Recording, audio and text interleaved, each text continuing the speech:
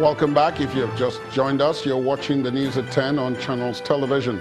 A reminder of our top stories. Nigeria out of recession after 5 consecutive quarters of contraction in the nation's economy. Presidency welcomes news with cautious optimism. Gunmen attack police patrol team, kill 1 in Bayelsa State as 3 officers are declared missing in Zamfara. Hospitals across Nigeria record skeletal services as strike by resident doctors enters day 2. Patients seek quick resolution of action. And Kenya's opposition candidate Raila Odinga threatens to boycott October 17th rerun election without guarantees. President Kenyatta rejects the demand.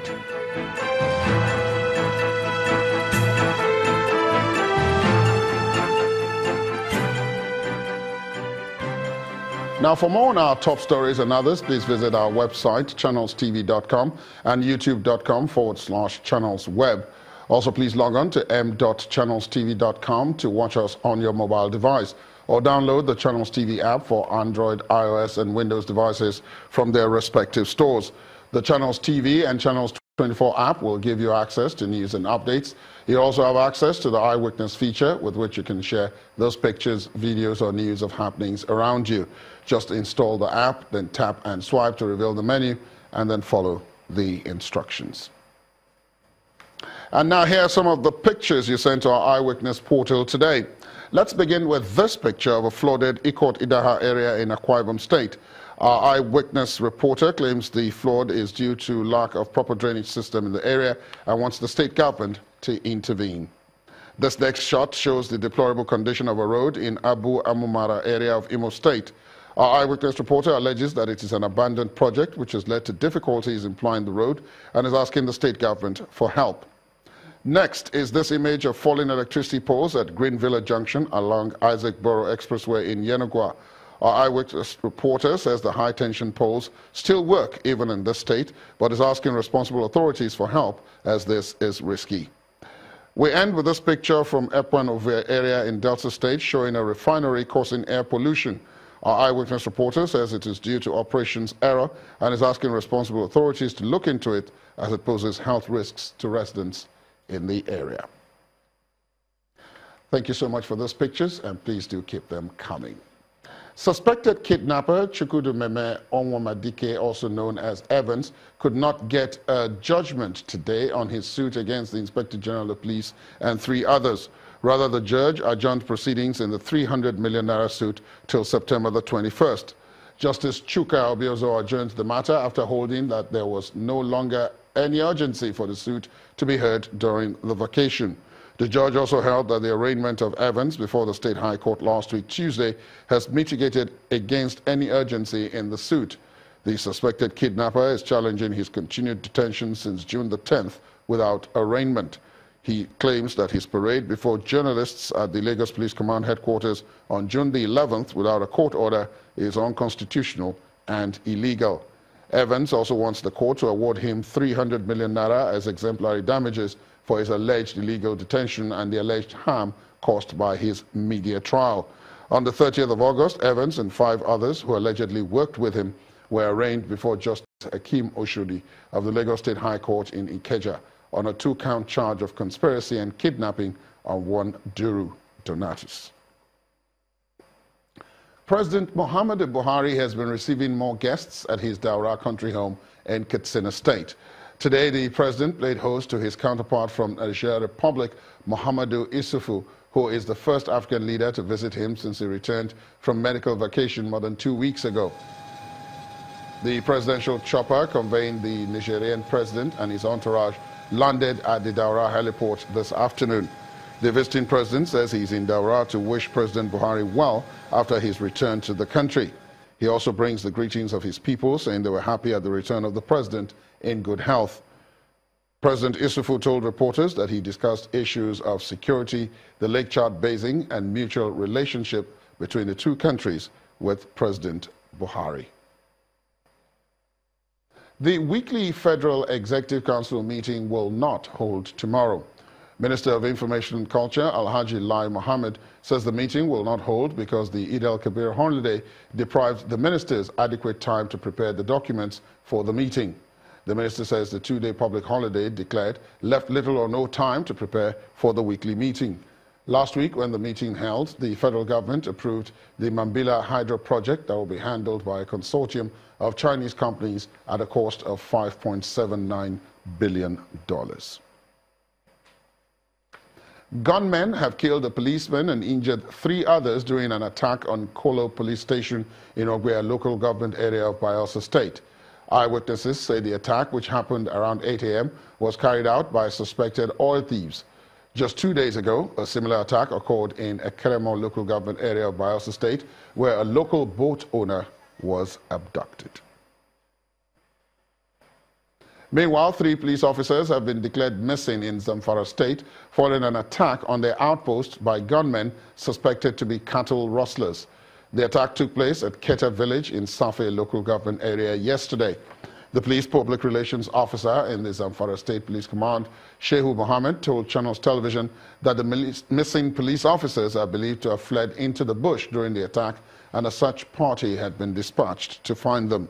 He denies reports that the trio had been kidnapped by gunmen.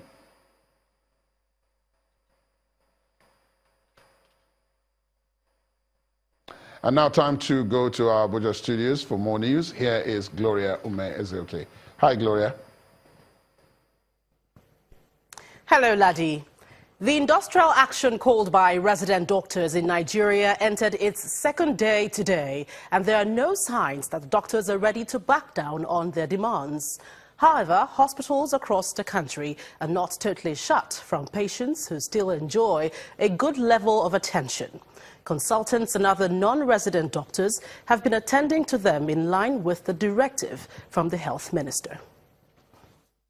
At the University of Uyo Teaching Hospital, only the nurses attend to inpatients. That's because there are no resident doctors around to hold up their own end of the service. The case is no different at the University of Calabar Teaching Hospital. The national body had held a meeting with the Ministers of Health and Labour, coming up with what seemed like an amicable solution. It therefore came as a shock to find the doctors made good their strike threat a few days later. At the Lagos University Teaching Hospital, resident doctors are not attending to patients. They are clustered in a meeting with their management for an update on the strike action. 2nd of November, it appeared as if it looked too long. The interval is too long. Some of these issues can be resolved within 1 week. That is the thinking of NEC members of NICE. Yes, you've talked about the entry point of house officers. It can be sorted out with a circular. Just bring out the circular, transmit it to the different heads of federal health institutions, and that will be it. At the Federal Medical Center in Owo, Ondo State, doctors have a complaint that is particular to their institution. The 280 million naira is for the payment of the salary shortfall in 2016 to date.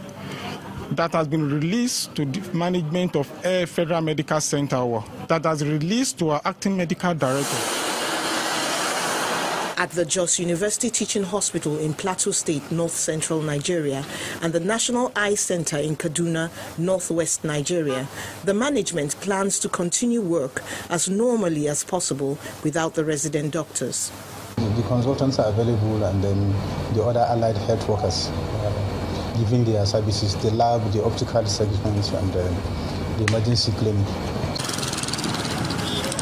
In Kano State, also in the Northwest, the strike is in full force at the Aminu Kano Teaching Hospital, and though skeletal services are being rendered, patients feel the difference. If the resident doctors are around, I know there must be an efficient service to the patients.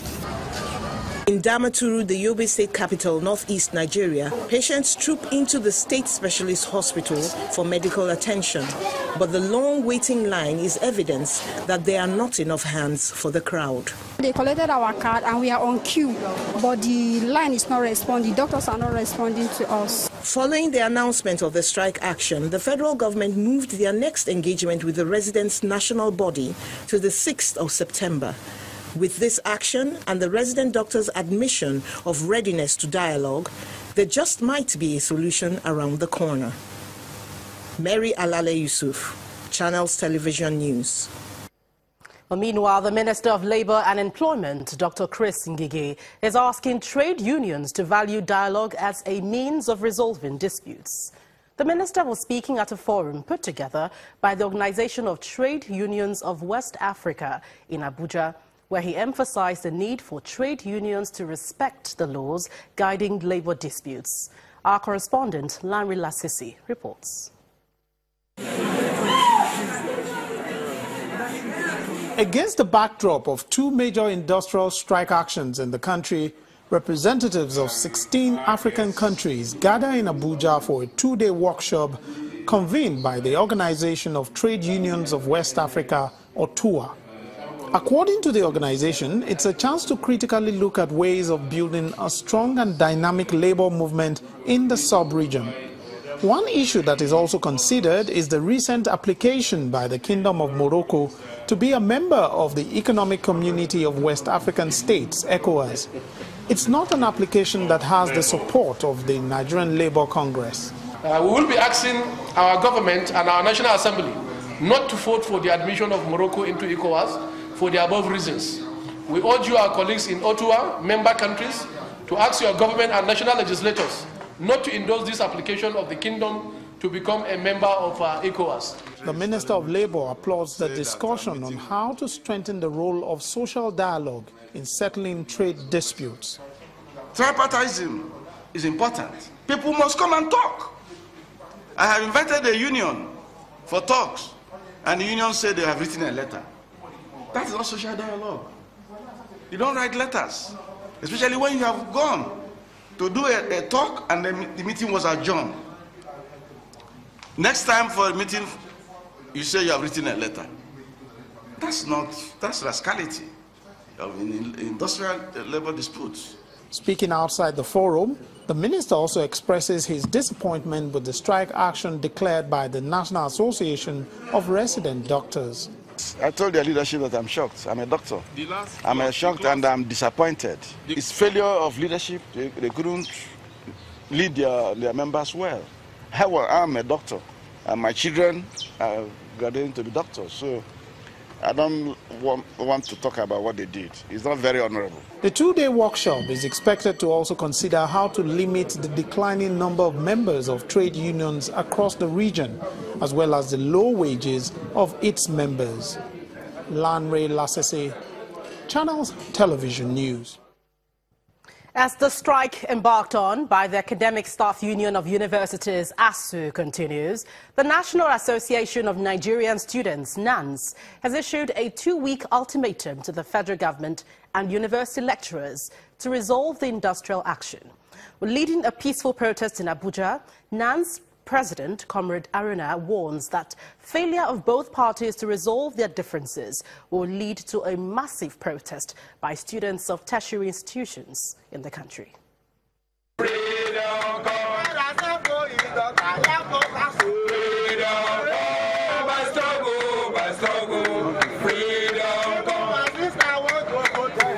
Singing songs of solidarity, students under the aegis of the National Association of Nigerian Students, led by Kadiri Aruna, converge on the Unity Fountain in Abuja to demand the resolution of the current strike action by members of the Academic Staff Union of Universities.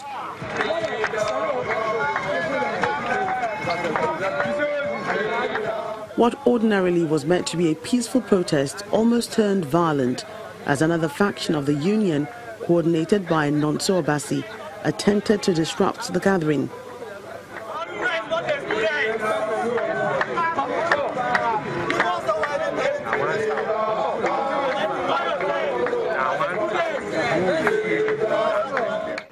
It is no longer news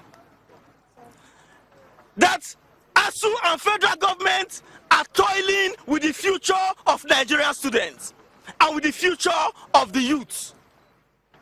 All we are saying is that federal government should be responsible enough to mobilize ASU back to our classrooms. From the Unity Fountain, the students proceed to the Federal Secretariat to present their demands.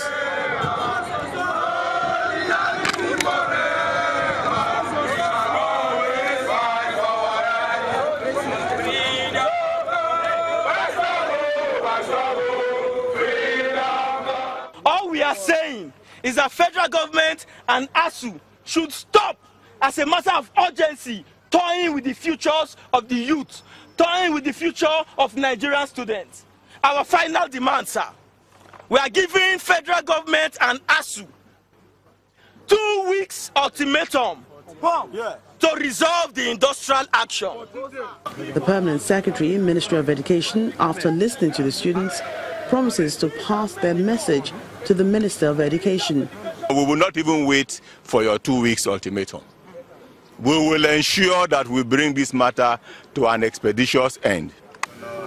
After submitting a letter stating their demands, the students dispersed peacefully from the Federal Secretariat with a promise to return after 2 weeks if the strike is not over. When the News at 10 returns, reactions trail Nigeria's exit from economic recession as experts warn that recovery remains fragile. And that's in business news. Please join us again.